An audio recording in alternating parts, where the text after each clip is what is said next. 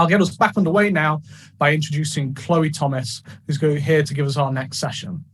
As a best-selling author and host of the eCommerce MasterPlan Podcast, she's earned the accolade of being one of the top 50 UK influencers in e-commerce and shipping. We've invited her back after last year to give us another big helping of practical advice that can really sharpen up your marketing strategy for the coming year. Over to you, Chloë.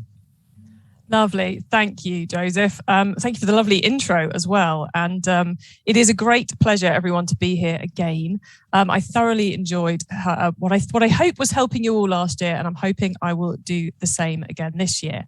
So for those of you who aren't familiar with me, I've been in e-commerce now for over 15 years in the UK. I started off retailer side, working for a multi-channel retailer back in the early 2000s. And if you think it's hard now, just go back to then. I, at that point, was running catalogue mailings, and we had high street, we had online, and it was interesting times, certainly. I then became head of e-commerce for a group of mail order businesses, followed that up by running a Google Ads agency for the best part of 10 years. And since selling that, most of what I now do is writing and speaking. So if my voice is sounding familiar, it's probably because you've heard me on one of my podcasts. So I've got the Keep Optimizing podcast, which is the new one. So I wasn't talking about that last year because that one is brand new. Well, it's a year old now, but on that we focus on a different marketing method each month. And then I also have the eCommerce MasterPlan podcast, which has been going for an excessively long amount of time. And each week I interview a different retailer. I'm going to be everything I'm going to be talking to you about today, we've covered on the podcast, which you can hear for free, or we've covered in another way, or I have other great resources for. So top left of the slide deck there, you will see a link, chloelink.com/MM21. That will take you to a web page I've put together with further resources on everything I'm talking about, all of which are free. Some might cost you an email address, but I've tried to keep them all free. And I'll reference some of them I won't. But if you want to dive deeper into anything I'm talking about, then that's the place to go to. And I'll give you that link again at the end. And then my most recent book, E-commerce Marketing, is on screen there too. And that one, I'll be taking you through a model from that a bit later on today. So as I said, everything I do these days is speaking and writing, and it's all about helping people like you, e-commerce business owners and marketers, to make better decisions in their business by letting you know a bit about what's going on out there, but also helping you think through working out what you should be doing at any point in time. And that's what my session today is really all about. Now, if you've been here all day, and if you went to Peter's session and to Andy's session, you will know there's a lot of stats going down about what has happened in the last 12 to 18 months. I'm not going to get into those because both of them have done a far better job than I could of giving you a summary of what's been going on and what's happening more recently. What I will say, though, is we all know it's been a roller coaster of an experience as human beings and as people running and working at e-commerce businesses. It's certainly led to accelerations in multiple trends like people going online, adoption of new digital platforms. And what I've tried to do in putting together my piece for you today is to really think about everything that's come out of that roller coaster in order to help you work out where you should be focusing to grow your business in 2021. Thinking about all of that and pulling it all together has kind of led me to two key objectives. So let's get those up on screen. So to capitalize on the increase in online customers and to stay ahead of the competition, because as well as there being an awful lot more people buying online, there is also now an awful lot of new e-commerce businesses starting up, both those that have started from scratch in bedrooms during the lockdowns and businesses that previously were wholesale only or physical retail only who have now moved online. There's been a huge amount of change in our landscape, a huge amount more options for our customers. And those are the two things we need to really be focusing on. Now, you may be watching this and going, it's hardly rocket science, Chloë. Well, I will tell you two things to that. One, feel smug if you're going, that's already my two objectives for the year. Congrats, you're on the right page. Also, often the best marketing is the most obvious things. It's just taking that commitment to do them. So those are the two objectives I want to help you with today. And what I also want to do is I'm going to take you through 5 different areas to focus on and get right if you want to achieve these two. And I think all 5 of them will help you on both objectives. So these are the 5 areas that I believe if you get them right and you work on improving them will make the biggest difference to your business going through 2021 and, to be fair, beyond. Okay, so my first one is you've got to think about the whole of the customer journey. Okay, you can't just think about one little element. You've got to think both post-purchase and pre-purchase and brand awareness. You've got to think about all of it and every step of that customer journey. What I've put up in front of you here is a poll I ran on LinkedIn a month ago as part of the promotion for a virtual summit I was running, where we had one day on customer acquisition and one day on customer retention. And I was very intrigued to see what the results of this poll were going to be, because I thought, as had I ran this back in 2019, we'd have got a much higher rating for customer acquisition. But people are now owning up to and actually doing more customer retention marketing. And hence the 50-50 we've got in the answer to this poll. So which are you spending more time and energy on right now? We're now up to 51% said they're spending more time and energy on customer retention marketing. And I think that's down to a couple of things. I think primarily it's down to everyone had a surge in customers last year, and we want to keep, or a lot of people, had a surge in customers last year, and we want to retain them and keep them buying from us. And secondly, over the last 12 months, in some businesses, many businesses for one reason or another, the marketing team have had to look at different methods. Either they couldn't afford to spend money on ads anymore, or they didn't have the stock to fulfill advert sales anymore. So they've rebalanced their effort into content and post-purchase and all those things that were on the to-do list, but never really happened. Which means now, if you want to take advantage and keep ahead of the competition, you've got to get your post-purchase spot on.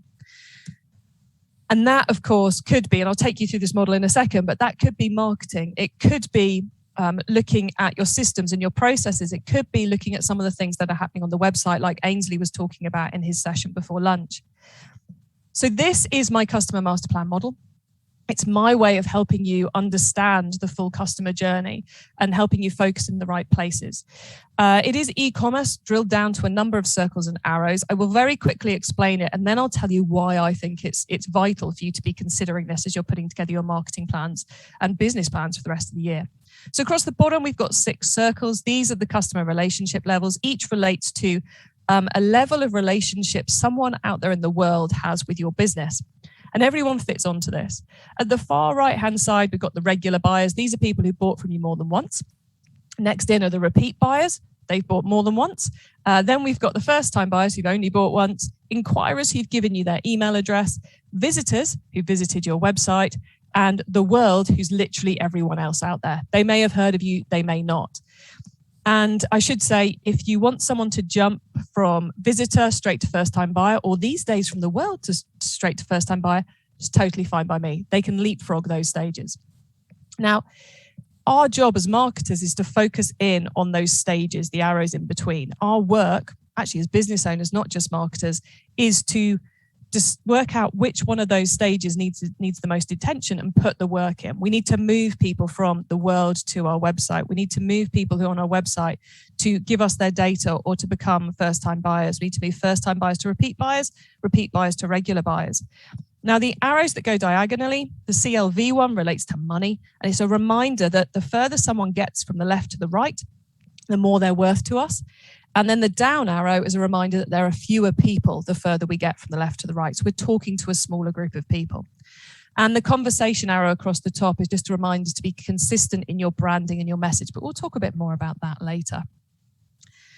So our job is to get as many people from the left-hand side to the right-hand side as quickly as possible. That is fundamentally what e-commerce is all about and growing your business is all about.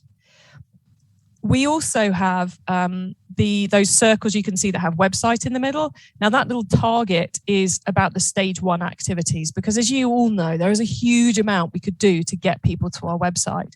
And I like to categorize that into 3 different types of marketing. So we've got shine a light marketing, which is when you're making people aware that you exist.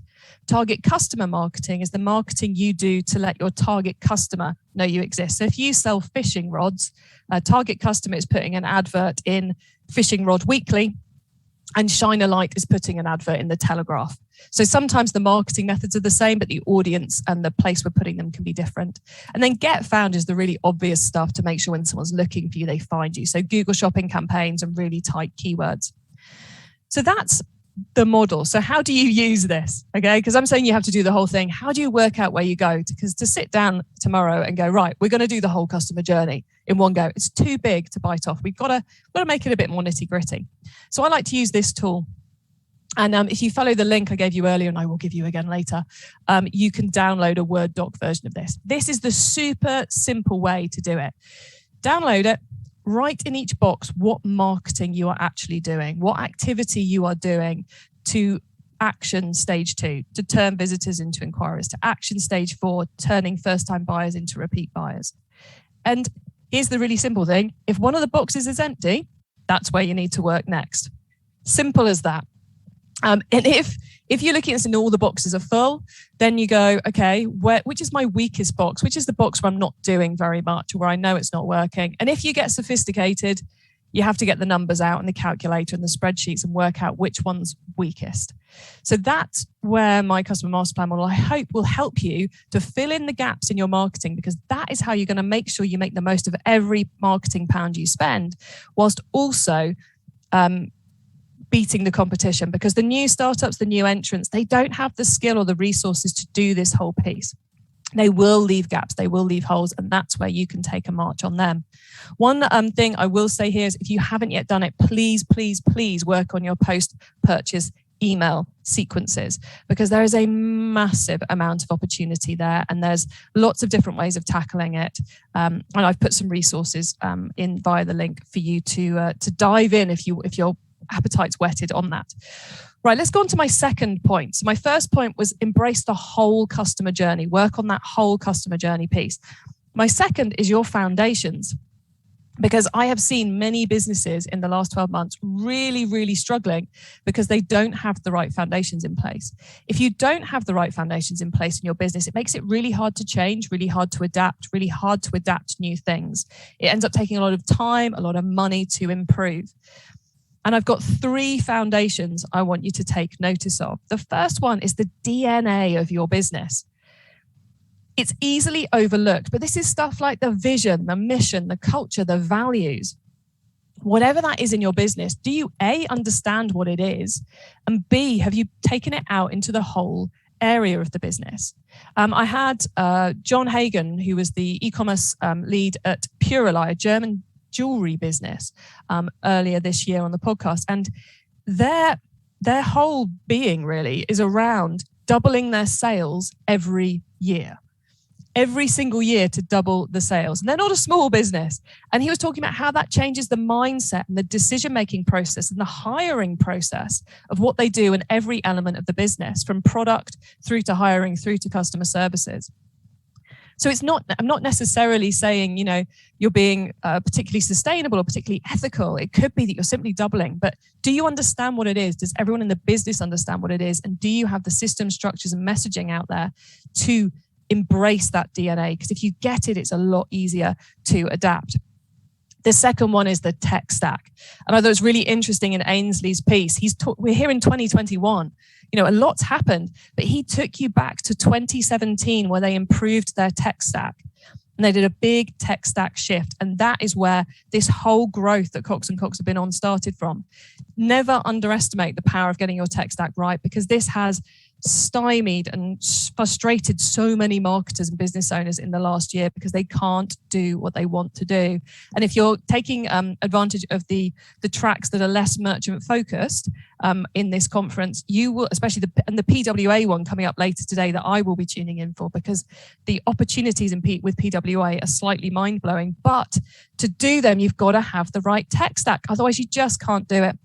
And we had a retailer from America, Ian Leslie from Industry West, on talking on the podcast a couple of months back, talking about how they'd leverage PWAs to do some super clever stuff on their Magento build over the last few months, especially around sales and things. So that's a particularly interesting one. But please, if you haven't yet taken the time to do it this year, get that tech stack sorted, because it will pay off. And I am talking about your website, your CRM, your back-end systems. Get them talking to each other. It will save you time, money, and allow you to adapt and take advantage and save yourself from bad situations a lot faster. And then the third of my foundational elements is the connection with your customers. Peter was talking about this when he was talking about those Gen Zs. They in particular want to see that ethical, sustainable, extra level with the companies they're buying. They don't just want product, they want to know they are doing good in the world. That increasingly is the case with all elements. It's kind of like one of those trends that's been accelerated over the last 12 months, but is very hard to put a number on, but can make such a huge difference to your business. We want more connection as human beings now, and we're looking for that from the brands we're buying. We're looking for more sustainable choices. We're looking for ethical businesses. There are so many levels to this. Based on the DNA of your business will influence how you do this, but it's also about treating your consumers as customers. I could talk about this for my whole half hour. So rather than giving Joseph a heart attack about how long I may or may not continue for, I'm going to move on very, very swiftly. But I just want to make a couple more points around this. There's been some amazing examples that you would think, well, that's really salesy, because this can be really salesy. One is a lady I had on the podcast from All Girls Shave Club, which is a business in America, shaving subscription box. And she spent a lot of time and effort building a community of people who liked what she stood for and embraced her product idea before she even launched, which made her launch super powerful. And yes, it's a startup story. And I know we don't have many startups here today, but you can learn an awful lot from how those startups are building community before they even have something to sell. The other one is I interviewed one of the social media managers from made.com last week. And what they did with their work from home piece, bringing in what their own team members were doing as their home office setups, was just phenomenal and created huge customer connections. That's a couple of examples where this is really, really salesy, but works really well. My third one is keep optimizing. The eagle-eyed of you will have worked out that this is also the name of my podcast. I'm not talking about my podcast.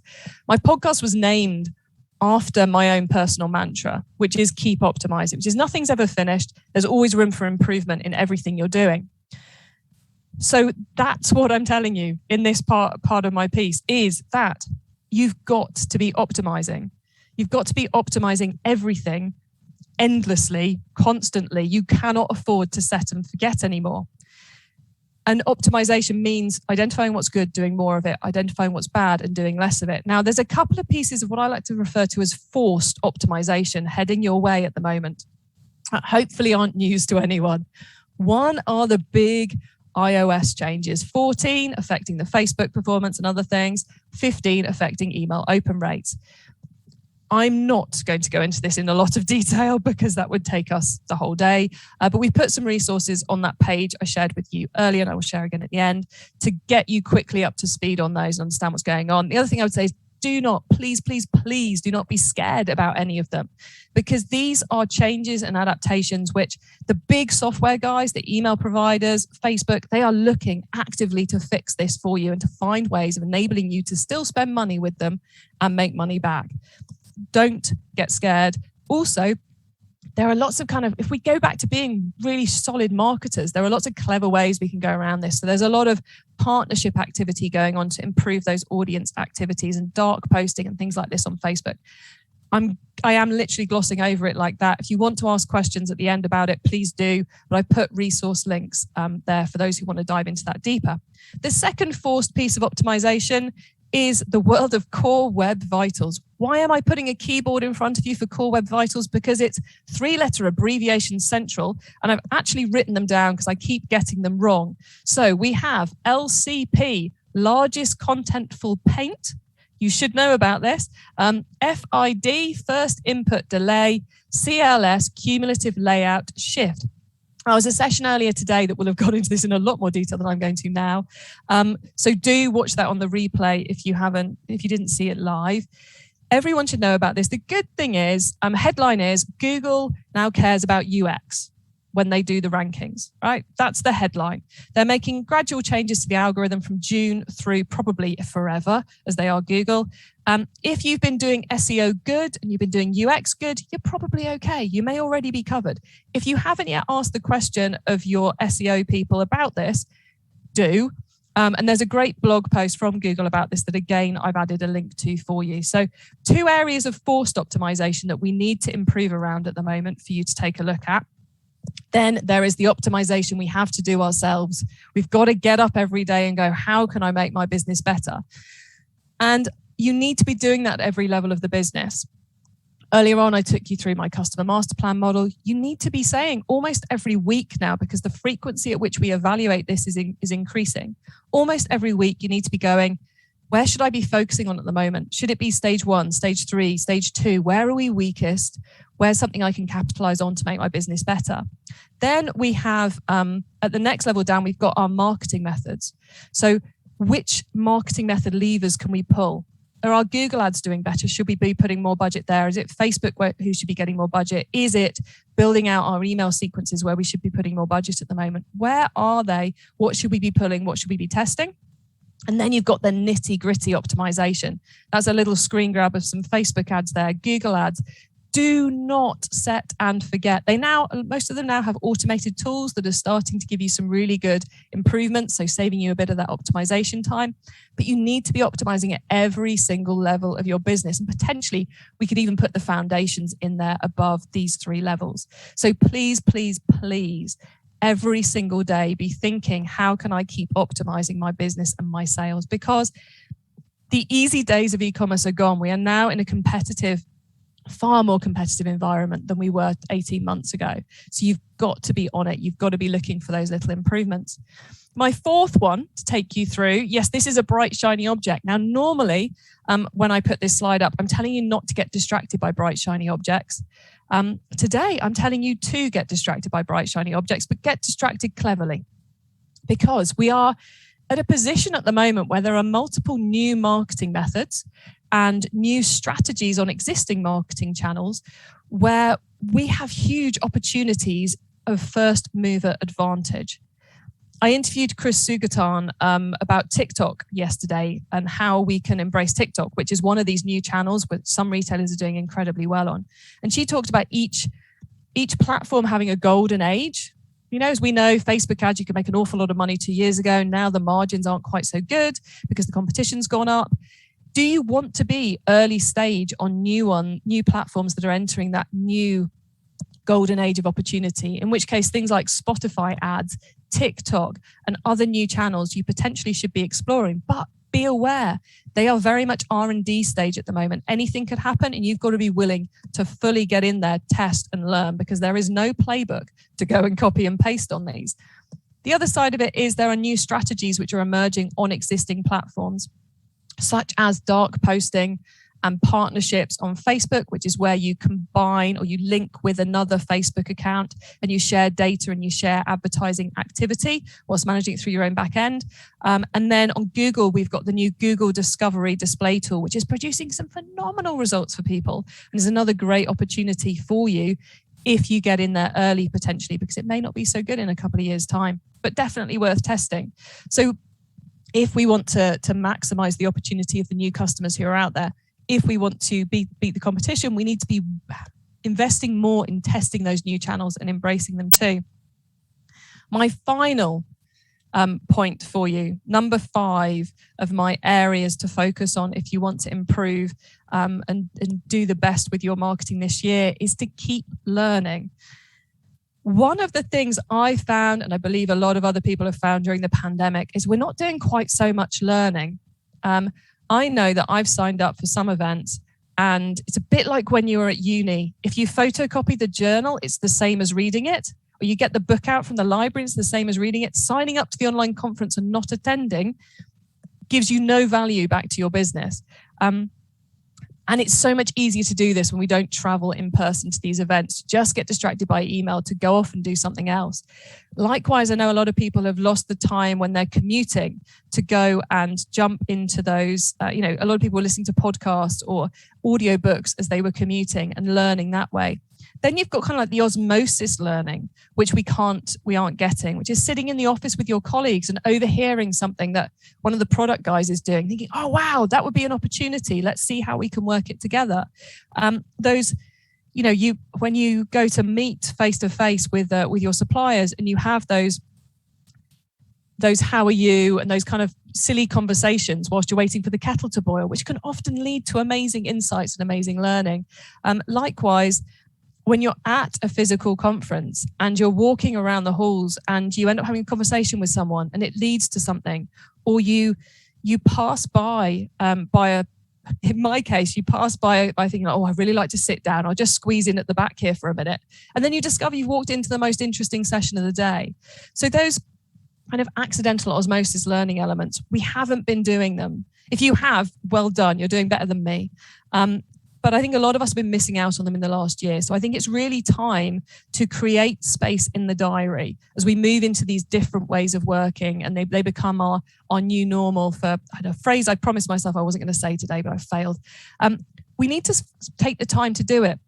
Maybe you make it a team piece where you will all, you've been here today, maybe you pick a particular session and you get everyone to watch it on replay. And then as a team, you come through and you work out what your objectives are going to be and what your actions are going to be off the back of it, what the key learnings are, how that fits with your plans. Maybe, you all read the same book. You have a team book club. But it's really important to build in those learning opportunities for you all. Because otherwise we don't know where those new mover opportunities are. We don't know what other people are doing, and we lose track. We become very insularly focused, and that's not. It is a good way to learn, getting closer to your own data, but it doesn't cover everything. So I've given you some suggestions for doing that via the links as well. But literally any of the top e-commerce podcasts, doesn't have to be mine. You will learn so much. Likewise, going back and catching the sessions you haven't managed to catch today because of the multiple tracks of this conference will pay dividends, I promise you. So to summarize, as I said, chloelink.com/mm21 for all the bits I've mentioned and have failed to mention. You will find them there together with a copy of the slide deck and lots of useful info. Doesn't cost you anything, not even an email address to see the list. And I give you 2 objectives: capitalize on the increase in online consumers and stay ahead of the competition. And I give you 5 areas to focus on. Make sure you're looking at the whole customer journey. You cannot afford to ignore any stage. Make sure your foundations are right and fit for now and for the future. So that's your DNA, your tech stack, your customer connection. Keep optimizing, please. Do not set and forget. First mover advantage. Find the new marketing channels that work for you, that fit with your DNA, fit with your tech stack, that can enable you to have an even better Q4. And please, please, please, please, please keep learning. Thank you, everybody. Brilliant. Thank you very much, Chloe. I've got to say, I particularly love those points towards the end about carving out that time for learning, because ultimately, if you're not taking on those new ideas, then you are naturally going to stagnate as others do find that time and do that innovation. So wholeheartedly agree with that, and definitely agree with going back and watching all of the sessions today, plus maybe listen to your podcast as well, eh? So we've got some questions, a little bit of time for us to go through these. I've got a couple from the audience here, from Anonymous. The first one here is, obviously, you've got a few different podcasts there. Is there a particular one that maybe newbies should start with, or a particular set of episodes worth watching first? If you are a newbie, if you go to ecommercemasterplan.com/startup, you'll find all our episodes with startups. So that's people who are kind of in their first year of business and how they've done it and how they've got there. So that's where I would start if you want a list of those. Fantastic. Thank you for that question. I love the chance to point people in the right direction of the podcast. And thinking about recent episodes, they also ask, what's maybe a must-listen episode from, I don't know, the past couple of months? Well, in terms of what we're talking about today, we've had the brilliant David Williams on, who used to be, I think, director of e-commerce at Decker Shoes, which is Ugg boots. So he's really good on the enterprise side of things and the strategic side of things. I had him on talking about, as a director of e-commerce, how he would approach working out what to do for the rest of 2021. So I think that one would fit in really well with today. And then on keep optimizing, I'm really excited about the one I recorded yesterday about TikTok, but that's not going out till August. But we just did a whole month on SEO, and we wrapped that up with a webinar where I got my SEO experts back to talk about core web vitals. And I haven't laughed so much in a long time. So I'd strongly advise checking out that webinar replay, which I think I've linked to on the page I've given you. But it's so engrossing that my VA, who was supposed to be noting down the questions and the timestamps, had to watch it twice because he totally got absorbed by it. So if you didn't think core web vitals could be entertaining, it can be. Cool. I've got a couple of questions myself, just from listening in there. You mentioned at the start, setting the scene here, that you've got new competitors coming in. That's, there's a lot more, people going after the same customers. For that established brand, that established retailer, what's maybe a competitive advantage that they've got that they could be using to counter those newcomers? I mean, I suppose there's everything that you've built so far. So your customer depth, the data you have, you should be able to buy your marketing cheaper because of the scale of your business and because of everything that's gone before. You should know your customers better and have products that better fit them and marketing that better speaks to them. So everything you've already got and you've already built over the years should enable you to have that competitive advantage.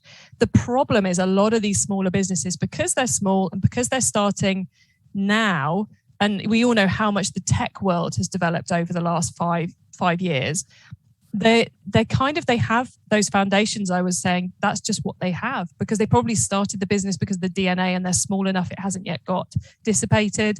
Their tech stack from day one probably worked perfectly, and they all built the business in order to connect with consumers and solve problems.